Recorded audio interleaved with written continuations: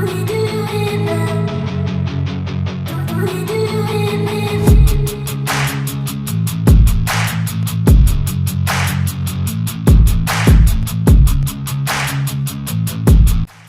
കൂട്ടുകാരെ, എല്ലാവരും കഥ കേൾക്കാൻ റെഡിയാണോ?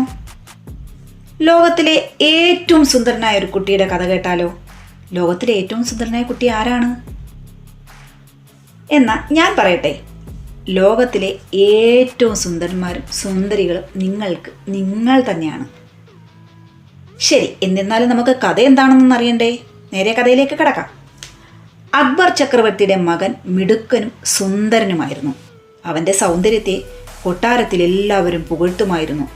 തൻ്റെ മകനാണ് ലോകത്തിലെ ഏറ്റവും സുന്ദരനായ കുട്ടിയാണെന്ന് അക്ബറും വിശ്വസിച്ചിരുന്നു. നമ്മുടെ രാജകുമാരനാണ് ലോകത്തിലെ ഏറ്റവും സുന്ദരനായ കുട്ടി, അല്ലേ ബീർബൽ? ഒരു ദിവസം ചക്രവർത്തി ബീർബലിനോട് ചോദിച്ചു. എന്നാൽ ബീർബൽ അത് പൂർണ്ണമായും സമ്മതിച്ചില്ല. ബീർബൽ പറഞ്ഞു, കുമാരൻ തീർച്ചയായും സുന്ദരനാണ്, എന്നാൽ ലോകത്തിലെ ഏറ്റവും സുന്ദരനായ കുട്ടിയായിരിക്കണമെന്നില്ല. അക്ബറിന് ദേഷ്യം വന്നു. അങ്ങനെയെങ്കിൽ നമ്മുടെ രാജകുമാരനേക്കാൾ സുന്ദരനായ ഒരു കുട്ടിയെ താങ്കൾ എനിക്ക് കാണിച്ചു തരണം. അക്ബർ ബീർബലിനെ വെല്ലുവിളിച്ചു. കുറച്ച് ദിവസങ്ങൾക്ക് ശേഷം ബീർബൽ അക്ബറിനെ ഒരു സാധാരണക്കാരൻ്റെ വേഷത്തിൽ ഒരു സ്ഥലത്തേക്ക് കൂട്ടിക്കൊണ്ടുപോയി. അവർ ഒരു കുടിലിൻ്റെ മുന്നിലെത്തി. ഒരു പാവപ്പെട്ട സ്ത്രീയും അവളുടെ കുട്ടിയുമാണ് അവിടെ താമസിച്ചിരുന്നത്. കുട്ടി ചെളിയിൽ കളിച്ചുകൊണ്ട് വീടിൻ്റെ മുറ്റത്ത് നിൽപ്പുണ്ടായിരുന്നു. ദാരിദ്ര്യം കൊണ്ട് എല്ലുന്തിയ രൂപം, ചെളി പുരണ്ട് കീറിയ വസ്ത്രങ്ങൾ.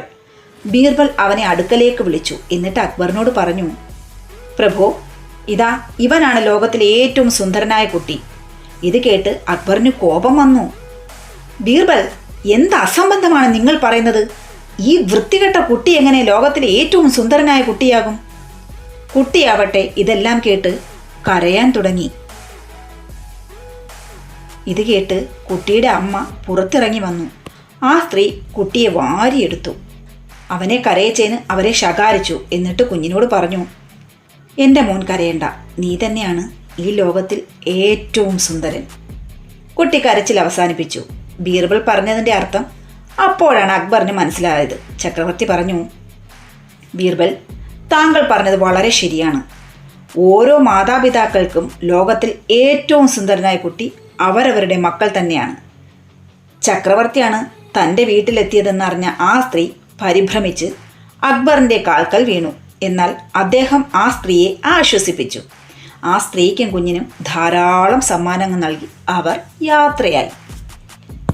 കൂട്ടുകാർക്കൊക്കെ കഥ ഇഷ്ടമായോ? അപ്പോൾ ലോകത്തിലെ ഏറ്റവും സുന്ദരന്മാരും സുന്ദരിമാരും ആരാണ്? നിങ്ങൾ ഓരോരുത്തരുമാണല്ലേ. പ്രത്യേകിച്ച് മാതാപിതാക്കൾക്ക് നിങ്ങൾ ഓരോരുത്തരും ഭയങ്കര ഭംഗിയുള്ള സുന്ദരന്മാരും സുന്ദരികളുമാണ്. വീണ്ടും അടുത്ത കഥയുമായി ഞാൻ ഉടനെ എത്തും.